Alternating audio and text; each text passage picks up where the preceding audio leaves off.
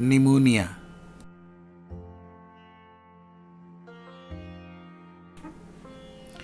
ये बीमारी Streptococcus pneumoniae नामी बैक्टीरिया की वजह से होती है।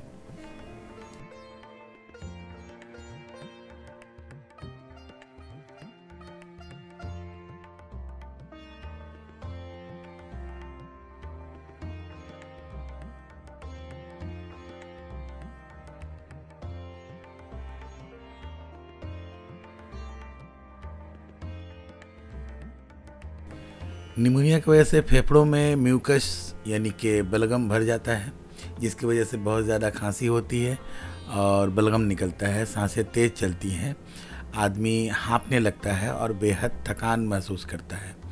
तेज़ बुखार और कपकपाहट के साथ इस कदर सर्दी लगती है कि दांत बजने लगते हैं। सीने और सर में दर्द, मतली, कै और डायरिया भी हो सकते हैं। 2 साल से छोटे बच्चों और 65 साल से ऊपर के लोगों के लिए ये बीमारी अक्सर जानलेवा साबित होती है।